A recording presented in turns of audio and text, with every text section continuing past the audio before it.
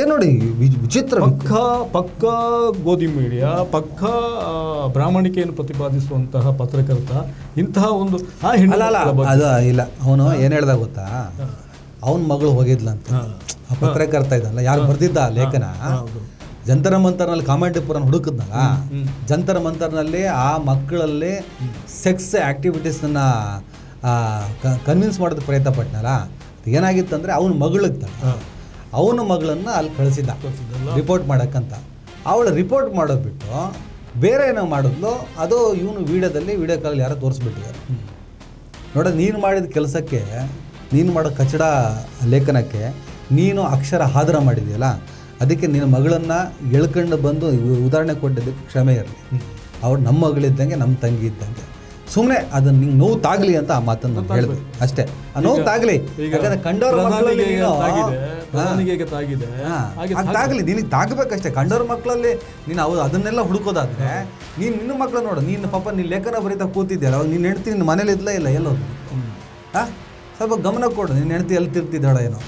ಈ ಥರ ಮಾತಾಡೋ ಸ್ಥಿತಿ ಯಾಕಂದರೆ ಈ ನಾವೆಲ್ಲ ಜೆನ್ಸಿ ಹಿಂದಿ ಇರೋರು, ನೀವು XYZ ಇದು. ಹಲೋ, ನಮಸ್ಕಾರ. ಇವತ್ತು ನಮ್ಮ ಜೊತೆ ಒಬ್ಬರು ವಿಶೇಷ ಅತಿಥಿ, ಹಿರಿಯ ಪತ್ರಕರ್ತರು, ಐತಿಹಾಸಿಕ ವಿಚಾರದಲ್ಲಿ ಬಹಳ ಆಳವಾದ ಅಧ್ಯಯನ ಮಾಡಿದವರು. ಅವರ ಅನೇಕ ವಿಚಾರಗಳು, ಅನೇಕ ವಿಡಿಯೋಗಳನ್ನು ಕೂಡ ನೀವು ಗಮನಿಸಿರ್ತೀರಿ. ಇವತ್ತು ಒಬ್ಬ ಸೀನಿಯರ್ ಜರ್ನಲಿಸ್ಟ್ ಜೊತೆ, ಒಬ್ಬ ಪತ್ರಕರ್ತನಾಗಿ ನಾನು ಇತ್ತೀಚೆಗೆ ನಡೆದಂತಹ ವಿದ್ಯಾರ್ಥಿ ಚಳವಳಿ, ಆ ಚಳವಳಿಗೆ ಸಂಬಂಧಪಟ್ಟ ಹಾಗೆ RSS BJP ನಿಲುವು, ಕಾಂಗ್ರೆಸ್ ಈ ಚಳವಳಿಯನ್ನು, ಕಾಂಗ್ರೆಸ್ ಸೇರಿದಾಗೆ ವಿರೋಧ ಪಕ್ಷಗಳೆಲ್ಲ, ಆಮ್ ಆದ್ಮಿ, ಬೇರೆ ಬೇರೆ ಪಕ್ಷಗಳೆಲ್ಲ ಇದಾರಲ್ಲ, ಅವರೆಲ್ಲ ಇದನ್ನು ಎನ್ಕ್ಯಾಶ್ ಮಾಡೋದಕ್ಕೆ ಟ್ರೈ ಮಾಡ್ತಾ ಇದ್ದಾರಾ? ಜೆನ್ಜಿ ಏನು? ಈ ಜೆನ್ಜಿ ಇವರಲ್ಲಿ ಯಾರನ್ನು ಒಪ್ಪುತ್ತಾರೆ, ಯಾರನ್ನು ನಿರಾಕರಿಸ್ತಾರೆ? BJP ಇನ್ನೇನು ನಂದು 10-20 ವರ್ಷದಲ್ಲಿ ನಾಮಾವಶೇಷ ಆಗುತ್ತೆ ಅನ್ನುವಂಥ ಚರ್ಚೆಗಳು ಬರ್ತಾ ಇದ್ದಾವೆ. ಅದಷ್ಟು ಸುಲಭನ? ಯಾಕಂದರೆ ಯಾವ ಯಂಗ್ ಜನ್ರೇಷನ್, ಯಾವ ಜೆನ್ಜಿಗಳು ಈ BJPಯನ್ನು ಬೆಳೆಸಿದ್ರು, ಅದೇ ಜೆನ್ಜಿ ಈ BJPಯನ್ನು ಮಕಾಡೆ ಮಲಗಿಸ್ತಾರ? ಇದೆಲ್ಲದರ ಕುರಿತು ಒಂದಿಷ್ಟು ಚರ್ಚೆ ಮಾಡೋಣ. ನಮ್ಮ ಜೊತೆ ಇರುವ ಹಿರಿಯ ಪತ್ರಕರ್ತರು ಡ್ಯಾನಿಯಲ್ ಕ್ರಿಸ್ಟೋಫರ್ ಅವರು, ಕಾರ್ಯಕ್ರಮಕ್ಕೆ ಸ್ವಾಗತ. ಡ್ಯಾನಿಯಲ್ ಸರ್, ನೀವು ಭಾರತ ದೇಶದಲ್ಲಿ ಇತ್ತೀಚೆಗೆ ನಡೀತಿರುವಂಥ ವಿದ್ಯಮಾನಗಳನ್ನು, ಬೆಳವಣಿಗೆಗಳನ್ನು, ಚಳವಳಿಗಳನ್ನು ಯಾವತ್ತೂ ಎಂಥ ವಿಚಾರದಲ್ಲೂ ತಲೆ ಕೆಡಿಸಿಕೊಳ್ಳದ, ಮಾತನಾಡದ ಮೋದಿಯವರೂ ಕೂಡ 4 ಬಾರಿ ವಾರದಲ್ಲಿ ಸಾಮಾಜಿಕ ಜಾಲತಾಣದಲ್ಲಿ ವಿಡಿಯೋ ಮಾಡುವಷ್ಟರ ಮಟ್ಟಿಗೆ ಪ್ರಭಾವ, ಭಯ ಹುಟ್ಟಿಸಿದ ಮೂಮೆಂಟ್ ಎಲ್ಲದನ್ನು ನೀವು ನೋಡ್ತಾ ಬಂದಿದ್ದೀರಿ. ಮೊಟ್ಟ ಮೊದಲಿಗೆ ನಿಮಗೆ ನನ್ನ ಪ್ರಶ್ನೆ, ಏನಿದೆ ಜೆನ್ಜಿ? ಏನಿದು ಮೂಮೆಂಟು?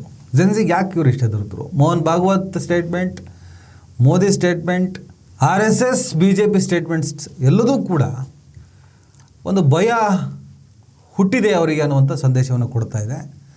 ಎರಡನೇದಾಗಿ ಕಾಂಗ್ರೆಸ್ ಲೋಕದಲ್ಲಿ ರಾಹುಲ್ ಗಾಂಧಿ ಅವರ ಆ್ಯಕ್ಟಿವಿಟೀಸ್ ನೋಡ್ತಾ ಇದ್ದೀವಿ. ಅವರಲ್ಲಿ ಸಿಕ್ಕಾಪಟ್ಟೆ ಆಶಾವಾದ ಕಂಡು ಬರ್ತಾ ಇದೆ. ಹತಾಶೆ, ಸೋಲು, ಇನ್ನೆಷ್ಟು ಸೋಲ್ತೀವಿ ನಾವು, ಸಿದ್ಧಾಂತ ರಾಜಿ ಇಲ್ಲ ಅಂತ ಪಾಪ ಏನೋ ಮಾತಾಡ್ತಾ ಇದ್ರು. ಅವರು ಕೂಡ ಏನೋ ಒಂದು ನಿರೀಕ್ಷೆಯಲ್ಲಿ ಇದ್ದಂಗೆ ಕಾಣಿಸ್ತಾ ಇದೆ ನಮಗೆ. ಏನು ಹೇಳ್ತೀರಿ ಅದ್ರ ಬಗ್ಗೆಲ್ಲ? ಮೊಟ್ಟ ಮೊದಲಿಗೆ ಜೆನ್ಜಿ ಹೆಸರು ಅಮೇರಿಕನ್ ಉಚ್ಚಾರ, ಅದು ಜೆನ್ ಝಡ್ನ ಅಮೇರಿಕನ್ ಉಚ್ಚಾರ. ಓಕೆ, ಚೆನ್ನಾಗಿ ಕೇಳ್ತದೆ, ಅದನ್ನು ಇಟ್ಕೊಳ್ಳೋಣ, ಜೆನ್ಜಿ ಅಂತ ಇಟ್ಕೊಳ್ಳೋಣ. ಇದು ನಿಮಗೆ ಈ ಪೀಳಿಗೆ ಇದೆಯಲ್ಲ, ಇದು ಹೇಳಿದ್ರೆ X ಆದಮೇಲೆ, Y ಆದಮೇಲೆ, ಮಿಲೇನಿಯಲ್ಸ್ ಆದಮೇಲೆ, ಅಂದರೆ ಸಹಸ್ರಮಾನಿಗಳು ಆದಮೇಲೆ ಅಂತ ಬಂದಂತಹ ಪೀಳಿಗೆ ಇದು. ಇದಕ್ಕೆ ಡಿಜಿಟಲ್ ನೇಟಿವ್ಸ್ ಅಂತ ಹೇಳ್ತಾರೆ. ಅಂದರೆ ಇವರು ಸೋಷಿಯಲ್ ಮೀಡಿಯಾದ ಕಾಲದಲ್ಲಿ ಹುಟ್ಟಿದವರು, ಹೈ ಸ್ಪೀಡ್ ಇಂಟರ್ನೆಟ್ ಕಾಲದಲ್ಲಿ ಹುಟ್ಟಿದವರು. ಮತ್ತು ಇವರು ನೋಡಿರೋದು ಭಾರತದಲ್ಲಿ BJP ರಾಜಕೀಯ ಮಾತ್ರ, ಆಯಿತಾ? ಈ ಚಳವಳಿಯನ್ನು, ಈಗಿನ ಈ ಜೆನ್ಜಿ ಚಳವಳಿ ಏನಿದೆ, ಈ BJPಯನ್ನು ಅಲ್ಲಾಡಿಸಿದಂಥ, RSSನ್ನು ಅಲ್ಲಾಡಿಸಿದಂತಹ ಮೋಹನ್ ಭಾಗವತ್ ವಿಶ್ವ ಪರ್ಯಟನೆಗೆ ಹೋಗುವಂತೆ ಮಾಡಿದಂತಹ ಚಳವಳಿ BJPಯವರೇ ಹುಟ್ಟು ಹಾಕಿದ ಚಳವಳಿ. ಇದು ಆಮ್ ಆದ್ಮಿ ಪಾರ್ಟಿ ಹಾಗೆ BJPಯವರೇ ಹುಟ್ಟು ಹಾಕಿದಂಥ ಚಳವಳಿ. ಆದರೆ ಇದು ಉಲ್ಟಾ ಹೊಡೆದಿದೆ.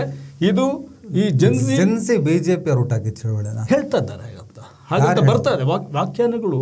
ಈಗ ರಾಜಕೀಯ ವಿಶ್ಲೇಷಕರಿಂದ ಬರ್ತಾ ಇದೆ. ಅಲ್ಲ, ನಿಮ್ಮ ವಿಶ್ಲೇಷಣೆ ಪ್ರಕಾರ ನಾನು ಅದನ್ನು ಹೇಳಕ್ಕೆ ಹೊರಟಿದ್ದೇನೆ. ಈಗ ಏನು ಇದು ಅಂತ ಬಿಜೆಪಿ ಅವರು ಈ ಜನ್ಸಿನ ಚಳವಳಿ ರೂಪದಲ್ಲಿ ಹೇಗೆ ಹುಟ್ಟು ಹಾಕೋದು ಅಂದ್ರೆ ಈಗ ಆಮ್ ಆದ್ಮಿ ವಿಷ ತುಂಬಿನ ಇಲ್ಲ. ಇದು ನಿಮಗೆ ಈ ಸಂಘ ಪರಿವಾರ ಏನಿದೆ, ಇದು ಸಂಘ ಪರಿವಾರ ಆಗಿದೆ. ಇದು RSS ಆಗಿ ಉಳಿದಿಲ್ಲ, ಸಂಘ ಪರಿವಾರ ಆಗಿದೆ. ಅದರಲ್ಲಿ ಹಲವಾರು ಸಂಘಟನೆಗಳಿದ್ದಾವೆ. ಅದು ಈ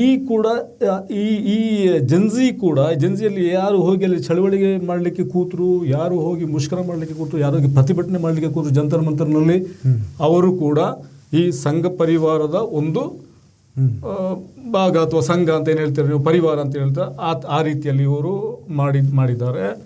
ಇದು ಆಮ್ ಆದ್ಮಿ ಪಾರ್ಟಿ ಕೂಡ ಇವರದೇ ಸೃಷ್ಟಿ ಅಂತ ರಾಜಕೀಯ ವಿಶ್ಲೇಷಕರು ಕೆಲವರು ಹೇಳ್ತಾ ಇದ್ದಾರೆ. ಬಿಜೆಪಿ ಸೃಷ್ಟಿ ಅಂತ.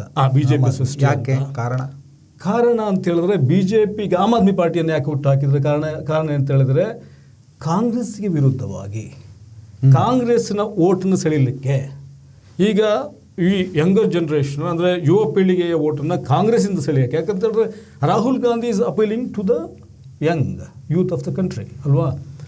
ಅದನ್ನು ಎಳಿಲಿಕ್ಕೆ ಅಂದರೆ ನೀವು ತಗೊಳ್ಳಿ ಓಟು. ನಿಮ್ಮ ಇವರಿದ್ದಾರೆ ಯಾರು, ಮಜ್ಲಿಸ್ ಹೈದರಾಬಾದ್ನ ಒವೈಸಿ ಅವರು ಹೇಳ್ತಾರೆ ಇವರೇ ಹುಟ್ಟು ಹಾಕಿದ ಒವೈಸಿಯನ್ನು. ಯಾಕಂತ ಹೇಳಿದ್ರೆ ನೀವು ನನ್ನನ್ನು ದೂರು, BJPಯನ್ನು ದೂರು, RSS ಅನ್ನು ದೂರು, ಆದರೆ ಕಾಂಗ್ರೆಸ್ನ ಓಟನ್ನು ತಗೋ. ಓಕೆ, ಕಾಂಗ್ರೆಸ್ಗೆ ಓಟ್ ಬೀಳದ ಹಾಗೆ ಮಾಡೋದು. ಆದರೆ ಇಲ್ಲಿ ಏನಾಗಿದೆ, ಜನ್ಸಿ ವಿಷಯದಲ್ಲಿ ಏನಾಗಿದೆ, ಇದು ಇವರಿಗೆ ಉಲ್ಟಾ ಹೊಡೆದಿದೆ. ಯಾಕಂತ ಹೇಳಿದ್ರೆ ಜನ್ಸಿ ಇವರು ತಿಳ್ಕೊಂಡಾಗೆ ಇವರ ಪೀಳಿಗೆಗೆ ಸೇರಿದ, ಇವರ ಐಡಿಯಾಲಜಿಗೆ ಸೇರಿದ, ಇವರ ತತ್ವ ಸಿದ್ಧಾಂತಕ್ಕೆ ಸೇರಿದಂತಹ ಒಂದು ಪೀಳಿಗೆ ಅಲ್ಲ. ಈಗ ನೋಡಿರ್ಬೋದು, ಬಹುಶಃ ಇವತ್ತು ಜಗತ್ತಿನಲ್ಲಿ ಅತ್ಯಂತ ಅವಮಾನಕ್ಕೀಡಾದ, ಅತ್ಯಂತ ಅವಹೇಳನಕ್ಕೀಡಾದ, ಅತ್ಯಂತ ಮೂದಲಿಕೆಗೀಡಾದ ಏಕೈಕ ಪ್ರಧಾನಿ ಅಂತ ಹೇಳಿದ್ರೆ ಪ್ರಧಾನಿ ನರೇಂದ್ರ ಮೋದಿ. ಅದು 12 ವರ್ಷ ಆದ್ಮೇಲೆ ಅಲ್ವಾ.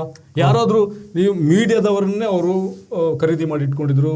ನಾವು ಹೇಳ್ತೀವಲ್ಲ, ಗೋಧಿ ಯಾರ್ಯಾರನ್ನ ಖರೀದಿ ಮಾಡಿ ಇಟ್ಟಿದ್ರೋ ಅವ್ರು ಯಾರು ಕೂಡ ಈ ಚಳವಳಿಯಲ್ಲಿ ಕಾಣಿಸ್ಕೊಂಡಿದ್ದು ಬೇರೆ ಬಿಟ್ಕೊಂಡೇ ಇಲ್ಲ. ಕೆಲವರಿಗೆ ಹೊಡೆಯಲಾಯ್ತು, ಅವರಿಗೆ ಅವ್ರ ಮೇಲೆ ಅಲ್ವಾ ದೈಹಿಕ ಹಲ್ಲೆ ಮಾಡಲ್ಲ. ಇವರನ್ನ ಯಾರು ಬೆಂಬಲಿಸ್ತಾರೆ ಅವ್ರಿಗೆಲ್ಲ ಹತ್ರನೇ ಬಿಟ್ಕೊಂಡು. ಮೊದಲಿಗೆ ಯಾವ ರೀತಿ ಇದ್ದಂತ ಹೇಳಿದ್ರೆ, ಹೋಗಿ ನೀವು ಮೋದಿ ಅವರು ಫೇಸ್ಬುಕ್ ಲೈವ್ ಬಂದ್ಬಿಟ್ಟು ಅದನ್ನ ಹೇಳ್ತಾರೆ ಕೂಡ, ನನ್ನ ತಾಯಿ ಬೈದ್ರು. ಅದೇ ಮೋದಿ ಫೋಟೋ ಹಾಕೊಂಡಂತಹ ಅಂಧಭಕ್ತರು, ಹೌದು, ಅದೇ ಗೋಡ್ಸೆ ಫೋಟೋ ಹಾಕೊಂಡಂತ ಅಂಧಭಕ್ತರು, ರಾಮನ ಫೋಟೋ ಹಾಕೊಂಡಂತ ಅಂಧಭಕ್ತರು ನಮ್ಮ ತಾಯಿನ ನಿಮ್ಮ ತಾಯಿನ ಎಲ್ಲರ ತಾಯಿನೂ ಬೈತಾ ಇದ್ರು. ಹಾಗೆ ಬಯಕ್ ಬಿಟ್ಟಂತ ಮೋದಿ ಅವರಿಗೆ ಅವ್ರ ತಾಯಿ ಬಿಡಕ್ ಬಂದಾಗ ಮಾತ್ರ ತಾಯಿ ಮಮತೆ ವಾತ್ಸಲ್ಯ.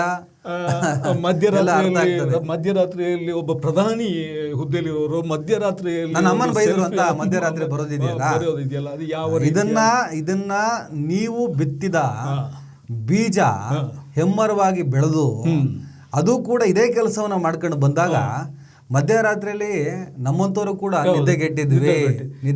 ನೀವು ಬಯಸ್ಕೊಂಡಿದ್ದೀರಿ, ನಿಮ್ಮ ವಿಡಿಯೋಗೆ ನಾನು ಬಯಸ್ಕೊಂಡಿದ್ದೀನಿ, ನೀವು ನೋಡಿದಿರಿ ಯಾವ ರೀತಿ ಯಾವ ಮಟ್ಟದಲ್ಲಿ ನಮಗೆ ಬೈದಿದ್ದಾರೆ. ಮತ್ತೆ ಯಾರು ಬೈದವರೆಲ್ಲ ಇವರೇ, RSS ರಾಮನ ಫೋಟೋ, ಮೋದಿ ಫೋಟೋ, ಎಲ್ಲ ಸಂಘ ಪರಿವಾರಗಳೇ ಬೈದ. ಈಗ ಇವರಿಗೆ ಬೈದಾಗ ಆಗ್ತದೆ, ಹೇಗಾಗ್ತದೆ ಬಂದಾಗ ಪ್ರಧಾನಿ ಅರ್ಧರಾತ್ರಿಯಲ್ಲಿ ವಿಡಿಯೋ ಮಾಡಿ ಹೇಳ್ಬೇಕಾಗಿ ನನಗೆ ಬೈತಾ ಇದ್ದಾರೆ, ನನ್ನ ತಾಯಿಗೆ ಬೈತಾ ಇದ್ದಾರೆ, ನಮಗೆ ಯಾರಿಗೆ ಬಿಟ್ಟಿದ್ದಾರೆ, ನಮ್ಮ ತಾಯಿ ಒಂದು ಹಂತದಲ್ಲಿ ನಾವು ಯಾರದೇ ತಾಯಿಯ ನಿಂದನೆಯನ್ನು ನಾವು ಒಪ್ಕೊಳ್ಳೋರಲ್ಲ. ಅದು ನಾವು ತಪ್ಪೆ. ಪ್ರಧಾನಿ ಆದರೂ ಅಷ್ಟೇ, ನಾನಾದರೂ ಅಷ್ಟೇ, ನೀವಾದರೂ ಸಾಮಾನ್ಯ ಮನುಷ್ಯನಾಗಿ ಎಲ್ಲರೂ ಕೂಡ ತಾಯಿಯಿಂದನೇ ಹುಟ್ಟು ಬಂದು. ಮೋದಿ ಅವ್ರಿಗೆ ವಿಶೇಷವಾದ ಹುಟ್ಟಿಲ್ಲ, ಯಾರು ವಿಶೇಷವಾದ ಹುಟ್ಟಿಲ್ಲ. ಜಗತ್ತಿನಾದ್ಯಂತ ತಾಯಿಗೆ ವಿಶೇಷ ಸ್ಥಾನ ಇದೆ. ಎಲ್ಲ ತಾಯಿನೂ ತಾಯಿನೇ. ಓಕೆ, ಇಲ್ಲಿ ಈ ಜನರೇಷನ್, ಈ ಚಳವಳಿನೇ ವಿಭಿನ್ನ. ನಾವು ಯಾವಾಗಲೂ ಮಾತಾಡ್ತಾ ಇದ್ವಿ, ಅಕ್ಕಪಕ್ಕದ ರಾಷ್ಟ್ರಗಳಲ್ಲಿ ವಿದ್ಯಾರ್ಥಿ ಚಳವಳಿಗಳು ಆಗಿ ಪರಿಣಾಮ ಏನಾಯ್ತು, ರಿಸಲ್ಟ್ ಏನು ಬಂತು ಅನ್ನೋದನ್ನ ನಾವು ನೋಡ್ತಾ ಬಂದಾಗ ನಾವು ಅದನ್ನ ಹೇಳ್ತಾ ಇದ್ವಿ. ನೋಡ್ರಪ್ಪ, ಎಲ್ಲ ರೈತರು ಹೋರಾಟ ಮಾಡಿದಾಗ ನೀವು ಖಲಿಸ್ತಾನಿಗಳಂದ್ರಿ, ಅಲ್ಲಿ ಯಾರೋ ಪ್ರಗತಿಪರ ಬುದ್ಧಿಜೀವಿಗಳು ಹೋರಾಟ ಮಾಡಿದ್ರೆ ಅರ್ಬನ್ ನಕ್ಸಲ್ ಅಂದ್ರಿ, ನೀವು ಒಬ್ಬೊಬ್ಬರಿಗೆ ಮುಸಲ್ಮಾನ ಪ್ರೊಟೆಸ್ಟ್ ಮಾಡಿಬಿಟ್ರೆ ಅವ್ರು ಪಾಕಿಸ್ತಾನಿ ಅಂದ್ರಿ, ಹೀಗೆ ಆರೋಪಗಳನ್ನು ಮಾಡಿದ್ರಿ. ಬಟ್ ವಿದ್ಯಾರ್ಥಿ ಚಳವಳಿಯನ್ನು ನೀವು ತೀರಾ ನಿರಾಕರಿಸಕ್ಕೆ ಹೋಗಬೇಡಿ. ಯಾಕಂದರೆ ಬಾಂಗ್ಲಾದೇಶಕ್ಕೆ ಸ್ವಾತಂತ್ರ್ಯ ಸಿಕ್ಕಿದ್ದು ಕೂಡ ಇಂದಿರಾ ಕೃಪಾ ಕಟಾಕ್ಷ ಅಂತ ನೀವು ಏನು ಹೇಳಿದ್ರು ಕೂಡ ಅದರ ಹಿಂದೆ ಕೂಡ ಢಾಕಾ ಯೂನಿವರ್ಸಿಟಿ ಮಕ್ಕಳ ಒಂದು ಚಳುವಳಿ ಇತ್ತು. ಮಕ್ಕಳ ಚಳುವಳಿ ಇತ್ತು. ಮುಕ್ತ ವಾಹಿನಿ ಅಂತ ಒಂದು ಸಂಘಟನೆ ಇತ್ತು. ಹೌದು, ಮುಕ್ತ ವಾಹಿನಿ ಅಂತ ಕರೀತಾರೆ. ಆ ಸಂಘಟನೆಯ ಪಾತ್ರ ಯಾವುದೇ ಸೇನೆಗಳಿಗಿಂತ ಯಾವುದೆಲ್ಲ ಸೇನೆಗಳಲ್ಲಿ ಇನ್ವಾಲ್ವ್ ಆಗಿದೋ ಅದಕ್ಕಿಂತ ದೊಡ್ಡ ಪಾತ್ರ ಇದೆ. ವಿದ್ಯಾರ್ಥಿಗಳಿದ್ರು, ಮುಕ್ತ ವಾಹಿನಿಯಲ್ಲಿ ಎಲ್ಲರೂ ಇದ್ರು, ಎಲ್ಲ ಮಿಕ್ಸು. ಅಲ್ಲಿ ಉಪನ್ಯಾಸಕರಿದ್ರು, ಟೀಚರ್ಸ್ ಇದ್ರು, ನಿಮ್ಗೆ ವಿದ್ಯಾರ್ಥಿಗಳಿದ್ರು, ಸಾಮಾಜಿಕ ಕಾರ್ಯಕರ್ತರಿದ್ರು, ಎಲ್ಲರೂ ಅವರು ನಡೆಸಿದಂಥ ಹೋರಾಟ ನಿಮಗೆ ಮೋಸ್ಟ್ಲಿ ಗೂಗಲ್ಗೆ ಹೋದ್ರೆ ಸಿಗ್ತದೆ. ಅದು ತುಂಬಾ ಪರಿಣಾಮಕಾರಿ ಹೋರಾಟ. ಮತ್ತು ಅವರು ಆ ಸಂಘಟನೆ ಬಾಂಗ್ಲಾದೇಶದ ವಿಮೋಚನೆಯಲ್ಲಿ ಬಾಂಗ್ಲಾದೇಶ ಸ್ವಾತಂತ್ರ್ಯದಲ್ಲಿ ವಹಿಸಿದ ಪಾತ್ರ ಬಹಳ. ಅದಕ್ಕೆ ನೀವು ನೋಡಿ, ರೀಸೆಂಟಾಗಿ ಈಗ ಸಿರಿಯಾದಲ್ಲಿ ನಾವು ಓದ್ತಾ ಇದ್ವಿ, ಬಷದ್ ಸರ್ವಾಧಿಕಾರ ಮಿತಿ ಮೀರಿದಾಗ ಆತನ ವಿರುದ್ಧವಾಗಿ ಒಬ್ಬ ವಿದ್ಯಾರ್ಥಿ ಹೋಗ್ಬಿಟ್ಟು ಒಂದು ಗೋಡೆ ಬರೀತಾನೆ, ಆತನನ್ನು ವಿರೋಧಿಸಿ ಬರೀತಾನೆ. ಆ ಬಷದ್ ಕುಟುಂಬದ ಸದಸ್ಯನಾದಂಥ ಒಬ್ಬ ಪೊಲೀಸ್ ಅಧಿಕಾರಿ ಆ ಹುಡುಗರನ್ನ ಸರ್ಚ್ ಮಾಡಿ ಸುಮಾರು 14 ವಿದ್ಯಾರ್ಥಿಗಳನ್ನ ಎತ್ತಾಕೊಂಡು ಹೋಗಿ ಅರೆಸ್ಟ್ ಮಾಡಿ ಬಹಳ ಚಿತ್ರಹಿಂಸೆ ಕೊಡ್ತಾನೆ. 13-14 ದಿವಸ ಹೊರಗೆ ಬಿಡಲ್ಲ. ಅವಾಗ ಸಿರಿಯಾದ ಒಂದು ಪುಟ್ಟ ಹಳ್ಳಿಯಲ್ಲಿ ಅವರ ಪೇರೆಂಟ್ಸ್ಗಳು ಮಾತ್ರ ಒಂದು ಸಣ್ಣ ಪ್ರೊಟೆಸ್ಟ್ ಮಾಡ್ತಾರೆ, ಪ್ರತಿಭಟನೆ ಮಾಡ್ತಾರೆ, ನನ್ನ ಮಕ್ಕಳನ್ನ ಬಿಟ್ಬಿಡಿ ಅಂತ. ಆವಾಗ ಏನಾಗುತ್ತೆ, ಈ ಸಿರಿಯಾದ ಬೇರೆ ಬೇರೆ ಕಡೆ ಎಲ್ಲ ನಿಧಾನ ಸ್ಪ್ರೆಡ್ ಆಗಿ ಸ್ಟಾರ್ಟ್ ಆಗ್ತದೆ. ಮಕ್ಕಳನ್ನ ಹಿಂಗೇನೋ ಅರೆಸ್ಟ್ ಮಾಡಿದಾರಂತೆ, ಹಿಂಗಂತ.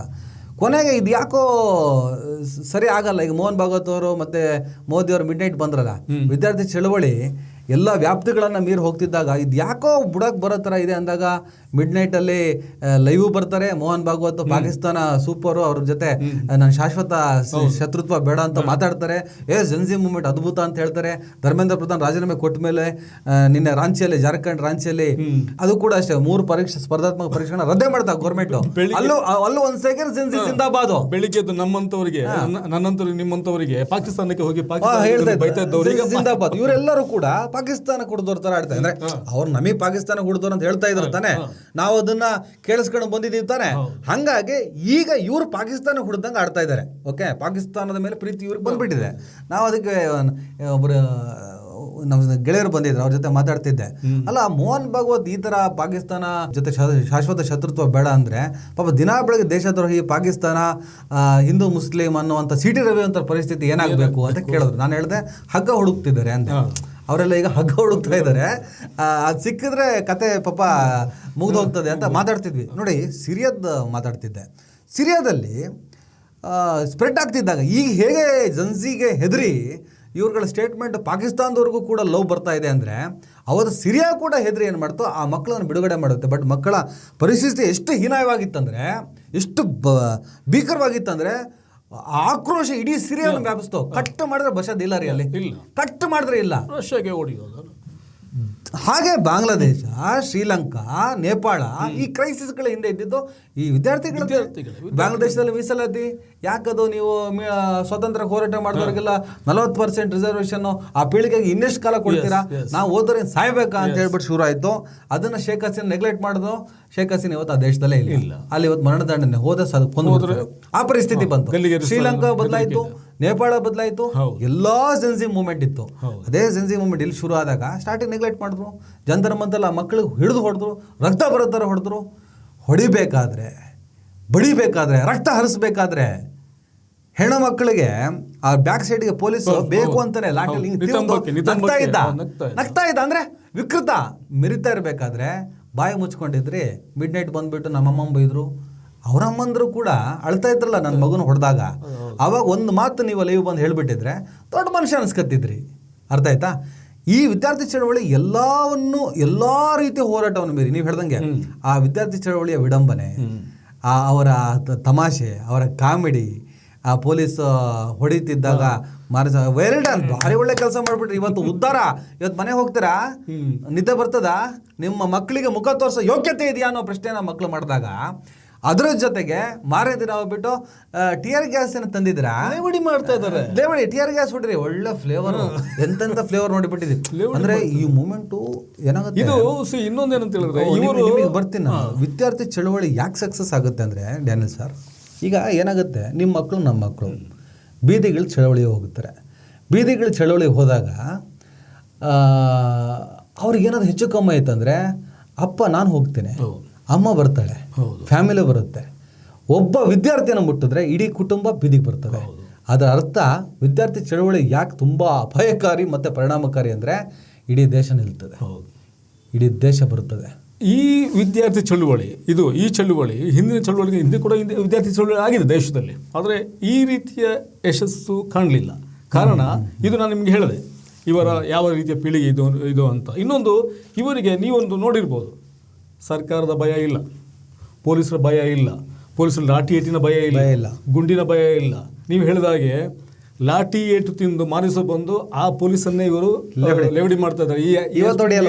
ಟೈಮ್ ನಿಮ್ದು ಲಾಠಿ ಎಷ್ಟು ಗಂಟೆ ಸ್ಟಾರ್ಟ್ ಮಾಡ್ತೀರಾ? ಮತ್ತೆ ಸರ್ಕಾರದ ಭಯ ಹಾಕಿಲ್ಲ ಅಂದ್ರೆ ಇವರು ದೇಶದ ಪ್ರಧಾನಿಯನ್ನೇ ಲೇವಡಿ ಮಾಡಿದ ರೀತಿ ಇವತ್ತಿಗೂ ಮಾಡ್ತಾ ಇದ್ದಾರೆ. ಮೋದಿ ಅವರನ್ನ ತಮಾಷೆ ಮಾಡೋದು ನೀವು ಕಲ್ಪನೆ ಮಾಡೋಕ್ಕಾಗುತ್ತಾ? ಯಾರದು ಹಿಂಗೆ ಮಾಡಿದ? ಕೇವಲ ಒಂದು ಮೋದಿಯ ವಿರುದ್ಧ ಮಾತಾಡಿ ಜೈಲಿಗೆ ಹೋದವರು, ಉಮರ್ ಖಾಲಿದ್ ಅಂತವ್ರನ್ನ ಇವತ್ತಿಗೂ ಜೈಲಿನಲ್ಲಿದ್ದಾರೆ.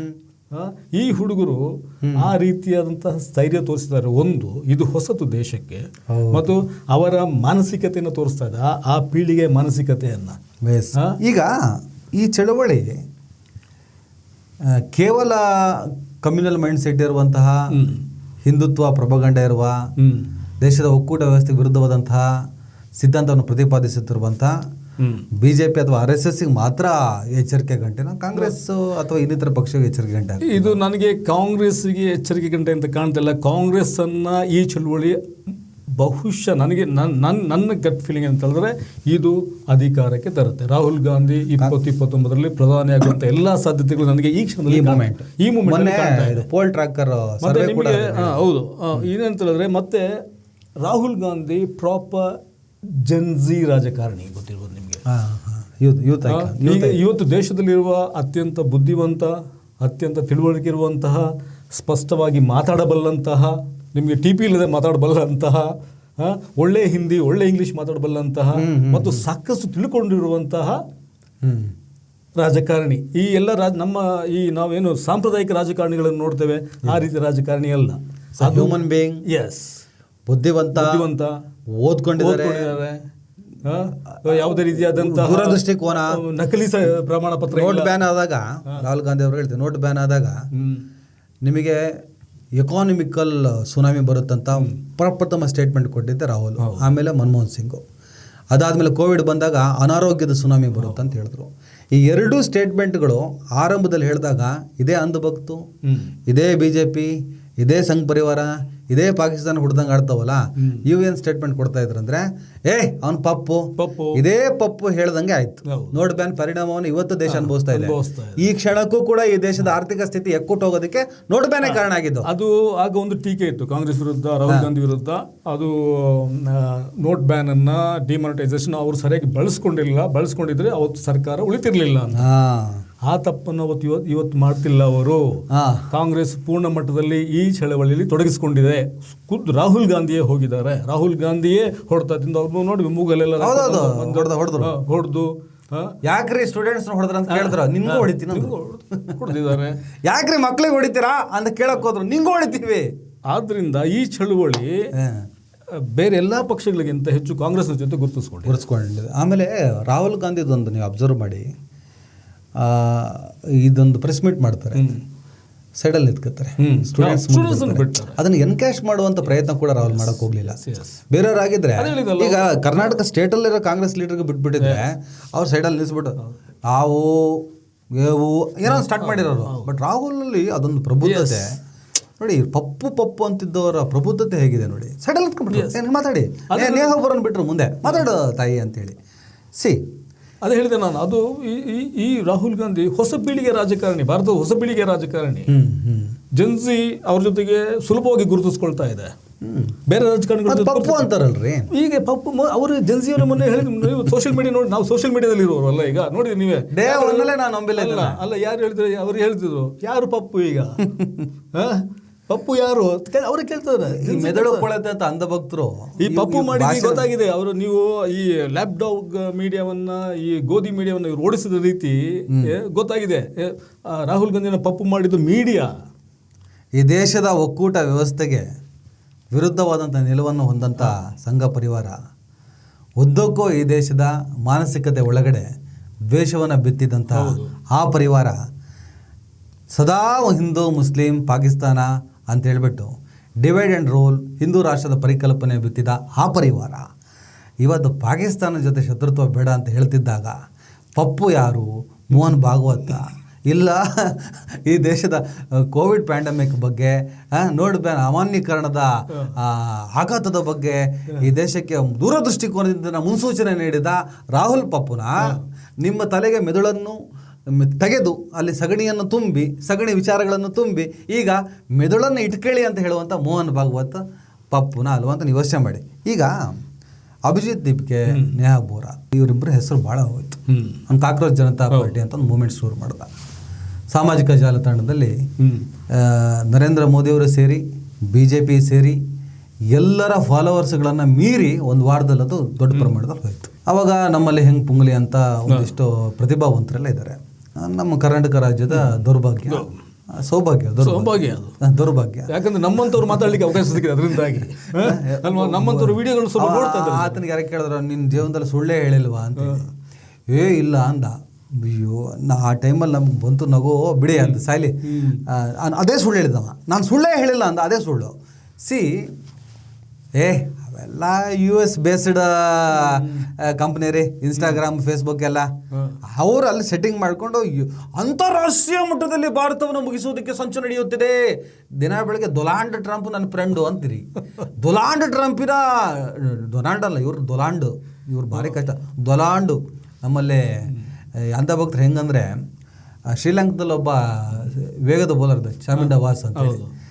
ಅವನು ಶಮಿಂಡ ವಾಸ್ ಒಳ್ಳೆ ಬೌಲರ್ ಅಂದರೆ ಅವನು ಜಮೀನ್ದಾರ್ ವಾಸ್ ಅನ್ನೋರು. ಜಮೀನ್ದಾರ್ ವಾಸ್ ಅಂತ ಅಂಧ ಭಕ್ತರು ಇವರು.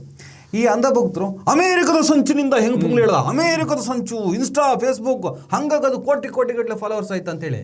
ಮೊನ್ನೆ ಇದೇ ನರೇಂದ್ರ ಮೋದಿ ಅವರು ಇದೇ ಫೇಸ್ಬುಕ್ನಲ್ಲಿ ನೀವು ಲೈವ್ ಮಾಡಿದ್ರಲ್ಲ, ಅದು ಯಾಕಪ್ಪ ಕೋಟಿ ಹೊಡ್ತು. ಡೊನಾಲ್ಡ್ ಟ್ರಂಪು ಆಮೇಲೆ ಇನ್ಸ್ಟಾಗ್ರಾಮು ಫೇಸ್ಬುಕ್ಕು ಮೋದಿ ಖರೀದಿ ಮಾಡಿಬಿಟ್ರ.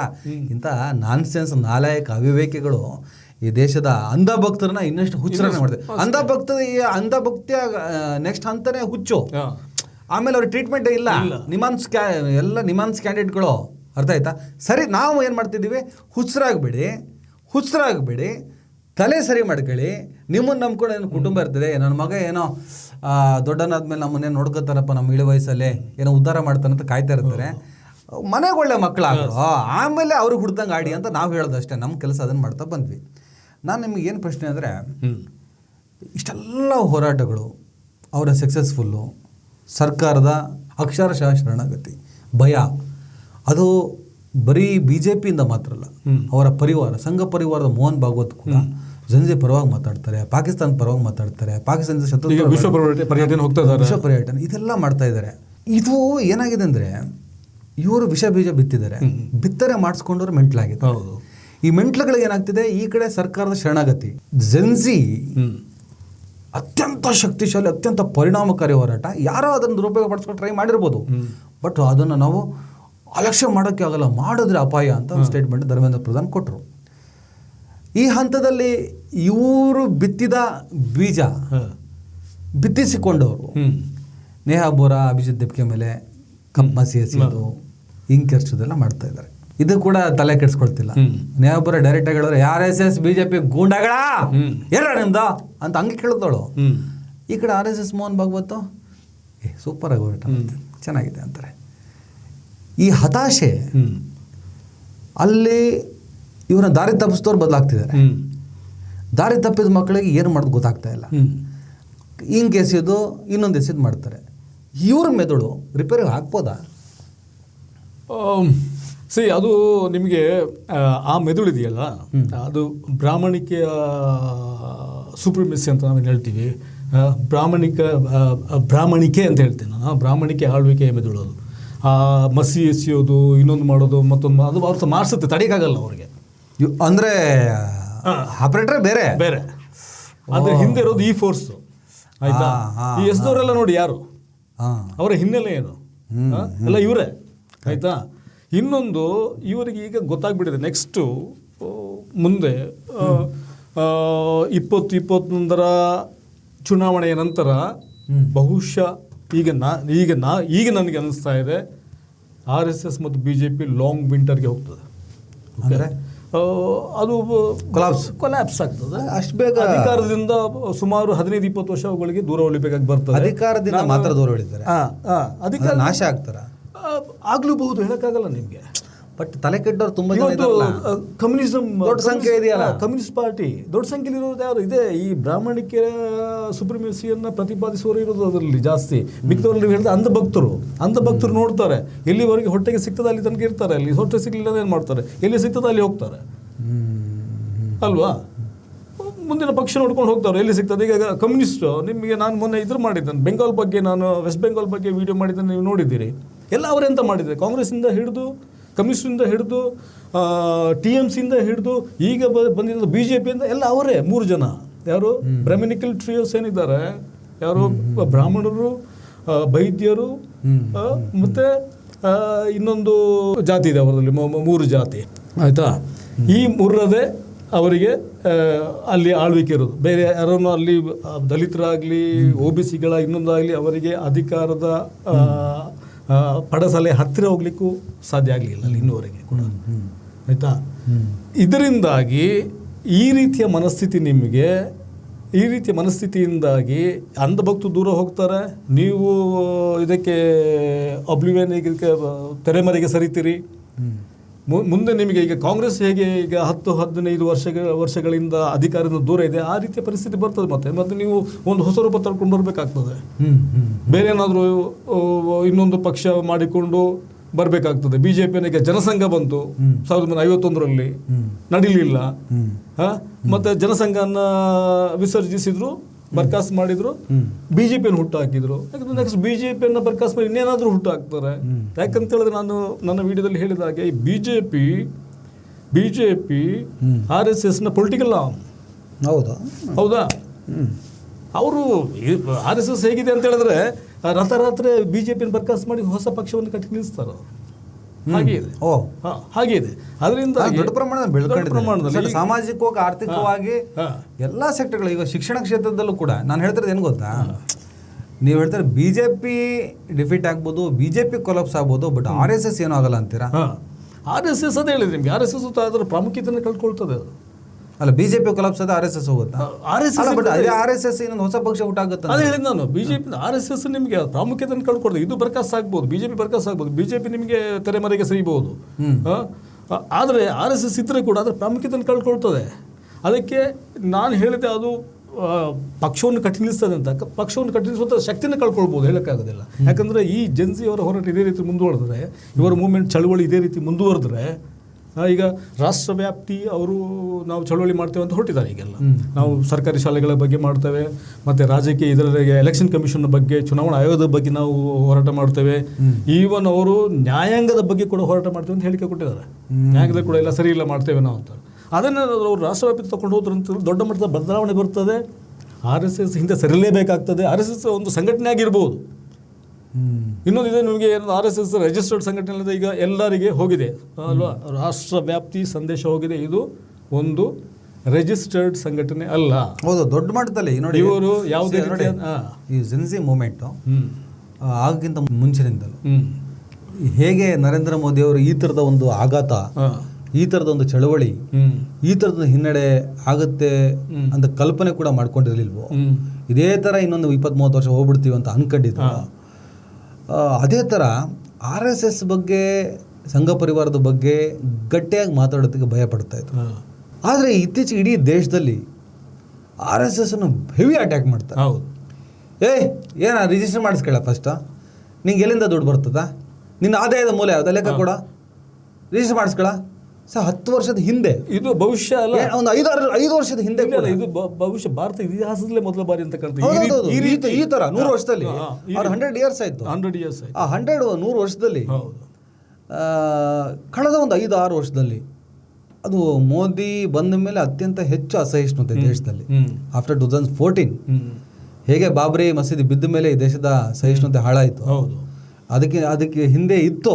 ಆದರೆ ಪರಿಣಾಮಕಾರಿ ಹಾಳಾಗಿದೆ ಆಫ್ಟರ್ ಬಾಬ್ರಿ ಡೆಮಾಲಿಷನ್. ಅದು ರಾಜಕೀಯ ಬಣ್ಣ ಬಂತು. ಆಫ್ಟರ್ ಮೋದಿ ಅದು ಹೆವಿ ಆಯಿತು.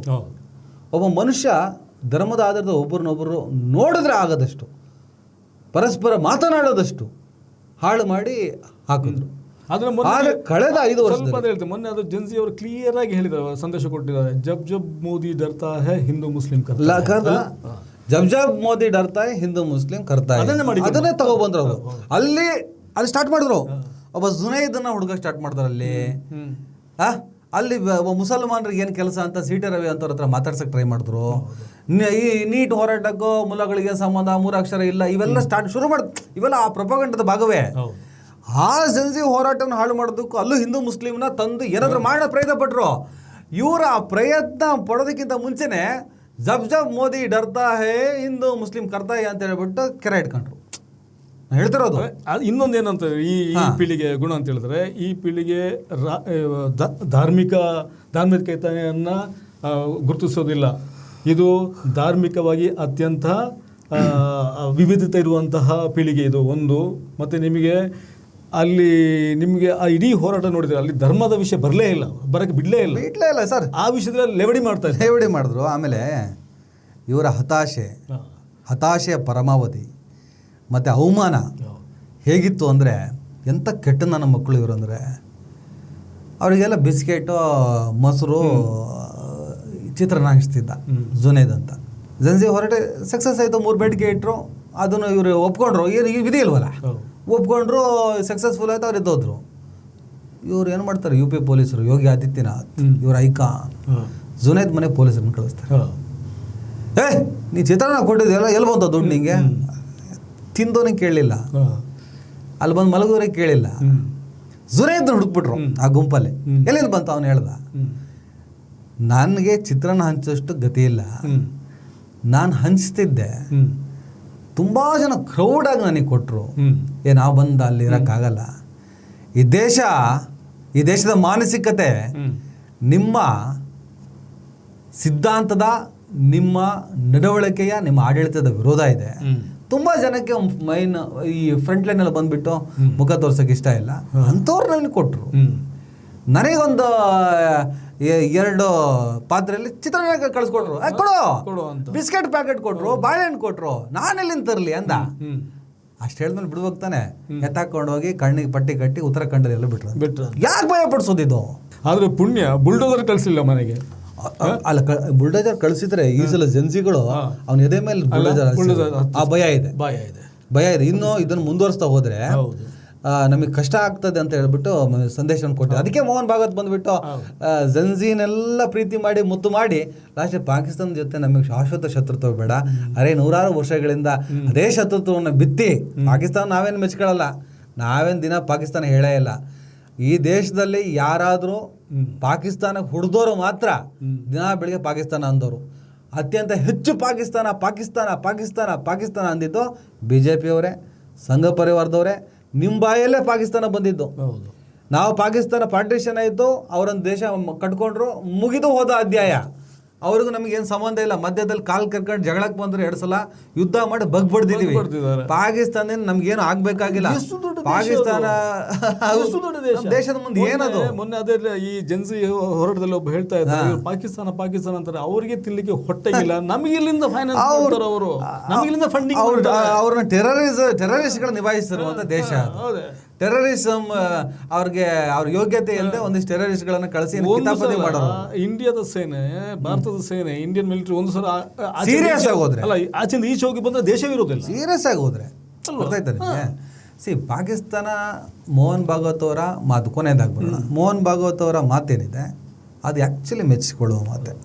ಭಿಕಾರಿ ಪ್ರಸಾದ್ ಇದನ್ನೇ ಹೇಳಿದ್ರು ಪಾಕಿಸ್ತಾನದ ವಿಚಾರದಲ್ಲಿ, ಶಾಶ್ವತ ಶತ್ರುತ್ವ ಬೇಡ ಅಂತ. BK ಹರಿಪ್ರಸಾದ್ ಅಂತವ್ರು ಆ ಮಾತನ್ನು ಹೇಳಿದಾಗ ಆಕ್ಸೆಪ್ಟೆಡ್.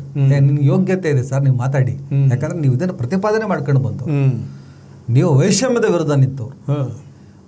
ಮೋಹನ್ ಭಾಗವತ್ ಇದಕ್ಕೇನು ಸಂಬಂಧ? ನೀವು ಪಾಕಿಸ್ತಾನವನ್ನೇ ತೋರಿಸಿ ಪಾರ್ಟಿಷನ್ನ ಬೆಂಬಲಿಸಿ, ಪಾರ್ಟಿಷನ್ ಬೆಂಬಲದ ಒಂದು ಕತೆ ಇದೆ, ಅದು ನಾನು ಈಗ ಒಂದು ಚರ್ಚೆ ಮಾಡೋಣ. ಇವರೊಂದು ತತ್ವ ಇದೆ, ಗಾಂಧೀಜಿ ಸರಿ ಇಲ್ಲ. ಗಾಂಧಿ ಯಾಕೆ ಸರಿ ಇಲ್ಲ? ದೇಶವನ್ನು ಇಬ್ಬಾಗ ಮಾಡಿದ್ರು. ಈ ದೇಶ ಇಬ್ಬಾಗ ಮಾಡಿದ್ದಕ್ಕೆ ಅಲ್ವಾ ಅಲ್ಲೊಂದು ಪಾಕಿಸ್ತಾನ ಆಗಿತ್ತು. ನೀವು ಇಲ್ಲಿರೋ ಸಾಬ್ರನ್ನೇ ದೇಶ ಬಿಟ್ಟು ಹೋಗಿ ಅಂತೀರಾ. ಪಾರ್ಟಿಷನ್ ಆಗಿದ್ದು ಪಾಕಿಸ್ತಾನ ಅಂತ ಆಯಿತು. ಪಾರ್ಟಿಷನ್ ಗಾಂಧಿ ಮಾಡಿದ್ದೇ ಆದರೆ ನೀವು ಹೇಳ್ತಿರಲ್ಲ, ಅದು ಕತೆ ಬೇರೆ. ಗಾಂಧಿಯಿಂದನೇ ಪಾರ್ಟಿಷನ್ ಆಯಿತು, ಹಾಗಾಗಿ ಗಾಂಧಿನ ವಿರೋಧ ಮಾಡ್ತೀನಿ ಅಂತ ಹೇಳ್ತಿರೋರು ಯಾರು? RSS. ಪಾರ್ಟಿಷನ್ ಆಗಿ ಪಾಕಿಸ್ತಾನ ಅನ್ನುವಂಥ ಮುಸಲ್ಮಾನರ ರಾಷ್ಟ್ರ ಒಂದು ನಿರ್ಮಾಣ ಆಯಿತು. ಒಂದು ವೇಳೆ ಪಾರ್ಟಿಷನ್ ಆಗದಿದ್ರೆ ಅಲ್ಲಿನ ಸಾಬ್ರು ಇಲ್ಲೇ ಇರ್ತಾ ಇದ್ರು. ಇಲ್ಲಿರೋ ಸಾಬ್ರನ್ನ ಇವ್ರು ಸಹಿಸಲ್ಲ, ಅಲ್ಲಿನ ಸಾಬ್ರು ಇಲ್ಲಿರ್ಬೇಕಿತ್ತಂತೆ. ಇದನ್ನ ಇವ್ರ ಮಾತಿಗೆ ತಲೆ ಬುಡ ಇಲ್ಲ. ಮೋಹನ್ ಭಾಗವತ್ ನಿನ್ನೆಯ ಪ್ರೆಸ್ ಮೀಟು ಅಥವಾ ನಿನ್ನೆಯ ಸ್ಟೇಟ್ಮೆಂಟು ವಿತಂಡವಾದಿಗಳು ಅಂತ ಅರ್ಥನೇ ಇಲ್ಲ. ಇವರಿಂದ ವಿತಂಡವಾದ ಮಾಡೋದು, ನೋ ಕ್ಲಾರಿಟಿ, ಸಮಯ ಸಾಧಕರು ಸಮಯಕ್ಕೆ ತಕ್ಕಂತೆ ಬಿಟ್ಬಿಡೋದು. ನಮ್ಮ ಕಡೆ ಯಾಕಂದ್ರೆ ಅಂಧಭಕ್ತಿ ಇರೋದ್ರಿಂದ ಅದು ಕನ್ವಿನ್ಸ್ ಅವ್ರಿಗೆ. ಸಣ್ಣ ನಾಲೆಡ್ಜ್ ಇರೋನಾಗಿದ್ರೆ ಏನ್ಲ ಅದು ಮಾತಾಡ್ತಿಯಲ್ಲ, ನಿನ್ನೆ ಒಂದು ಇದು ಯಾಕ್ಲ ಇದು ಕೊಳಾರ ಮಾಡ್ಯಾಗ ಅಂತಿದ್ರ. ನಮ್ಮ ಕಡೆ, ನಮ್ಮ ಮಂಗಳೂರು ಕಡೆ ಹೇಳ್ತಾರೆ ಬಾಯಿ ಮೇಲ್ ಮಾಡೋದು ಅಂತ ಹೇಳ್ತಾರೆ. ಅಂದ್ರೆ ನಿಮ್ಮನ್ನ ನಾನು ಬಾಯಿ ಮೇಲ್ ಮಾಡಿ ನಿಮ್ಮನ್ನು ತಗ್ಸೋದು, ನಿಮ್ಮ ಸ್ವರವನ್ನು ತಗ್ಸೋದು, ಕಿರ್ಚಾಡೋದು. ನೀವು ನೋಡಿರ್ಬೇಕು, ಈ BJP ವಕ್ತಾರರೆಲ್ಲ ಮಾತಾಡ್ತಿದ್ರು ಮುಂಚೆ ಟಿವಿಯಲ್ಲೆಲ್ಲ, ಕಿರ್ಚಾಡೋದು ಕೂತ್ಕೊಂಡು, ಕ್ಯಾಮ್ರಾ ಮುಂದೆ ಕೂತ್ಕೊಂಡು ಕಿರ್ಚಾಡಿ ನಾವು ಗೆದ್ದೇವೆ ಅಂತ ಹೇಳೋದು. ಇದು ಈ ರೀತಿಯಂತ ವಾದ ಮಂಡನೆ. ಈಗ ಕೊನೆಯದಾಗಿ ಏನಾಗ್ಬೋದು ಸರ್ ಮುಂದೆ? ಈ Mohan Bhagwat statement, Gen Z movement, ಮೋದಿಯ ಲೈವ್ ವಿಡಿಯೋ, ಅಂಧ ಭಕ್ತರ ಹತಾಶೆ. ಈಗ ಮೋಹನ್ ಭಾಗವತ್ ಏನೋ ಹೇಳ್ಬಿಟ್ರಪ್ಪ ಪಾಕಿಸ್ತಾನದ ಮೇಲೆ ಲವ್ ಇಟ್ಕೊಳ್ಳಿ ಅಂತ. ಪಾಪ ಈ ಅಂಧ ಭಕ್ತರ ಕತೆ ಏನು? ಅದೇ ಹೇಳಿದ, ಅಂಧ ಭಕ್ತರು ಮುಂದಿನ ದಾರಿ ನೋಡ್ಕೊಳ್ತಾರೆ. ನಮ್ಮ ಬಳ್ಳಾರಿ ಕಡೆ ಹೇಳ್ತಾರೆ, ಈ ಊರು ಹೆಗಲ ಮೇಲೆ, ಮುಂದಿನ ಊರು ಇದ್ರೆ ಮೇಲೆ ಅಂತ ಹೇಳ್ತಾರೆ. ಅದನ್ನು ಹೇಳೋಕ್ಕಾಗಲ್ಲ ನಾನು ಕ್ಯಾಮ್ರಾ ಮುಂದೆ, ಆಯ್ತಾ? ಇವ್ರು ಹುಚ್ಚು ಬಿಡುತ್ತಾ ಅಷ್ಟೇ, ಇವ್ರಿಗೆ ಹುಚ್ಚು ಬಿಡ್ಲೇಬೇಕು. ಬದುಕಬೇಕಾದ್ರೆ ಹುಚ್ಚು ಬಿಡ್ಲೇಬೇಕು. ಇಲ್ಲ ಬಡಿತಾರೆ ಅಷ್ಟೇ, ಉಪವಾಸ ಬಡಿತಾರೆ. ಮೊನ್ನೆ ನೋಡಿದ್ರು ಬಡ್ದದ್ದು ಇಟ್ಕೊಂಡು ಅಂಧ ಭಕ್ತರಿಗೆ. ಗೋಧಿ ಮೀಡಿಯಾಗಳು ಬಡಿದ್ರು, ಗೋಧಿ ಮೀಡಿಯಾ ಅಂಧ ಭಕ್ತರಿಗೂ ಬಿತ್ತು. ಅಲ್ಲ, ಈಗ ವಿಚಿತ್ರ ಏನಂದ್ರೆ ಮೊನ್ನೆ ಅವರ ನಾಯಿಗೆ ಹೊಡೆದ ಮೇಲೆ ಒಂದಿಷ್ಟು ಗೋಧಿ ಮೀಡಿಯಾಗಳಿಗೆ ಎಲ್ಲ ಅಂಧ ಭಕ್ತರ ಬಾಸ್ಗಳು ಇವರೆಲ್ಲ ಹೊಡೆದ ಮೇಲೆ ಕರ್ನಾಟಕದಲ್ಲಿ ಕೆಲವು ಕೋಮುವಾದಿ ಪತ್ರಕರ್ತರು ಸಾಮರಸ್ಯ ಮಾತಾಡೋ ಸ್ಟಾರ್ಟ್ ಮಾಡ್ಬಿಟ್ಟಾರೆ. ನಮಗೇನಾದ್ರು ಗೊತ್ತಾ, ಯಾರೋ ಒಬ್ಬ ನೋಡಿ ಅತ್ಯಂತ ಹಿರಿಯ ಪತ್ರಕರ್ತ ಒಂದು ಹಾಕಿದ್ದಾರೆ ಪೋಸ್ಟ್ ನಿರ್ವಹಣೆಯಲ್ಲಿ, ಅಲ್ಲಿ ಜಂತರ್ ಮಂತರ್ ಸುತ್ತಮುತ್ತ ಕಾಮಾಟಿಪುರದ ವಾಸನೆ ಬರ್ತಿದೆ ಅಂತ ಹಾಕಿದ್ದಾರೆ. ಏನ್ ನೋಡಿ ವಿಚಿತ್ರ. ಪಕ್ಕ ಗೋಧಿ ಮೀಡಿಯಾ, ಪಕ್ಕ ಬ್ರಾಹ್ಮಣಿಕೆಯನ್ನು ಪ್ರತಿಪಾದಿಸುವಂತಹ ಪತ್ರಕರ್ತ ಇಂತಹ ಒಂದು ಅದು ಇಲ್ಲ. ಅವನು ಏನ್ ಹೇಳ್ದ ಗೊತ್ತಾ, ಅವನ ಮಗಳು ಹೋಗಿದ್ಲಂತ. ಆ ಪತ್ರಕರ್ತ ಇದಲ್ಲ, ಯಾರು ಬರ್ದಿದ್ದ ಲೇಖನ, ಜಂತರ ಮಂತರ್ನಲ್ಲಿ ಕಾಮಾಟಿಪುರನ ಹುಡುಕಿದ್ನಲ್ಲ, ಜಂತರ ಮಂತರ್ನಲ್ಲಿ ಆ ಮಕ್ಕಳಲ್ಲಿ ಸೆಕ್ಸ್ ಆಕ್ಟಿವಿಟೀಸ್ನ ಕನ್ವಿನ್ಸ್ ಮಾಡೋದಕ್ಕೆ ಪ್ರಯತ್ನ ಪಟ್ನಲ್ಲ. ಅದು ಏನಾಗಿತ್ತಂದ್ರೆ ಅವನ ಮಗಳಿದ್ದಲ್ಲ, ಅವನ ಮಗಳನ್ನು ಅಲ್ಲಿ ಕಳಿಸಿದ್ದಲ್ಲ ರಿಪೋರ್ಟ್ ಮಾಡೋಕ್ಕಂತ. ಅವಳು ರಿಪೋರ್ಟ್ ಮಾಡೋಬಿಟ್ಟು ಬೇರೆ ಏನೋ ಮಾಡಿದ್ಲು. ಅದು ಇವನು ವಿಡಿಯೋ ಕಾಲಲ್ಲಿ ಯಾರೋ ತೋರಿಸ್ಬಿಟ್ಟಿದ್ದಾರೆ.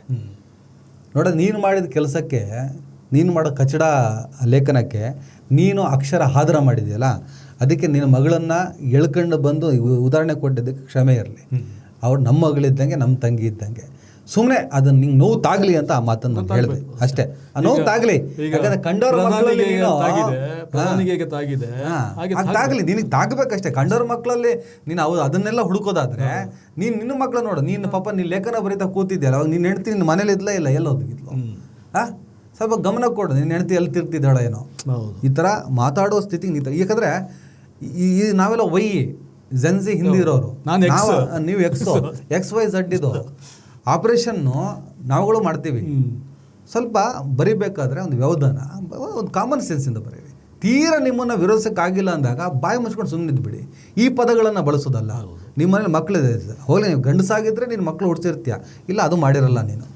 ಎನಿವೇ ಡ್ಯಾನಿಯಲ್ ಸರ್, ನೀವು ಕೇಳಿ ವಾಟ್ ನೆಕ್ಸ್ಟ್? ಅದೇ ಈಗ ಈ RSS ನ ಮುಖ್ಯಸ್ಥ ಹೋಗಿರೋದು ವಿಶ್ವ ಪರ್ಯಟನೆಗೆ ಒಂದು ಹೋಗಿರೋದು ಅಂತ ಹೇಳಿದ್ರೆ, ನಿಮಗೆ FCRA ನೋಡಿದ್ರಿ, FCRA ಇವರು ಜಾಯಿಂಟ್ ಪಾರ್ಲಿಮೆಂಟರಿ ಕಮಿಟಿ ಕೊಟ್ಟಿರೋ, ಅದು ಯಶಸ್ವಿ ಆಗುವಂತೆ ಕಾಣ್ತಿಲ್ಲ. ಯಾಕಂತಂದರೆ ಅದ್ರ ಬಗ್ಗೆ ಅದರದ್ದೇ ಆದಂತಹ ಒತ್ತಡಗಳಿದ್ದಾವೆ.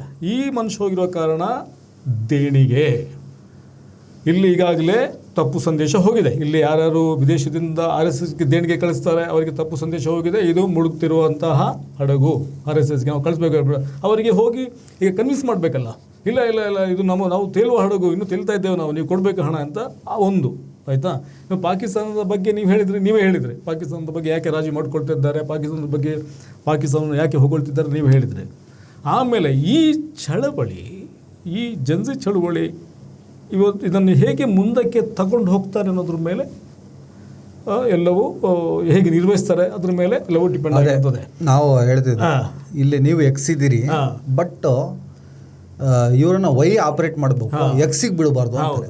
ಇವ್ರು ಹಾಳು ಮಾಡ್ತಾರೆ. ಅಂದರೆ ನಿಮ್ಗೆ 50+ ಇರುವಂಥ ರಾಜಕಾರಣಿಗಳು ಅವ್ರ ಕೈಗೆ ಸಿಕ್ಬಿಟ್ರೆ ಇವ್ರು ದಿಕ್ ತಪ್ಪಿಸ್ಬಿಡ್ತಾರೆ, ಇವ್ರನ್ನ ಬಿಟ್ಬಿಡ್ಬೇಕು.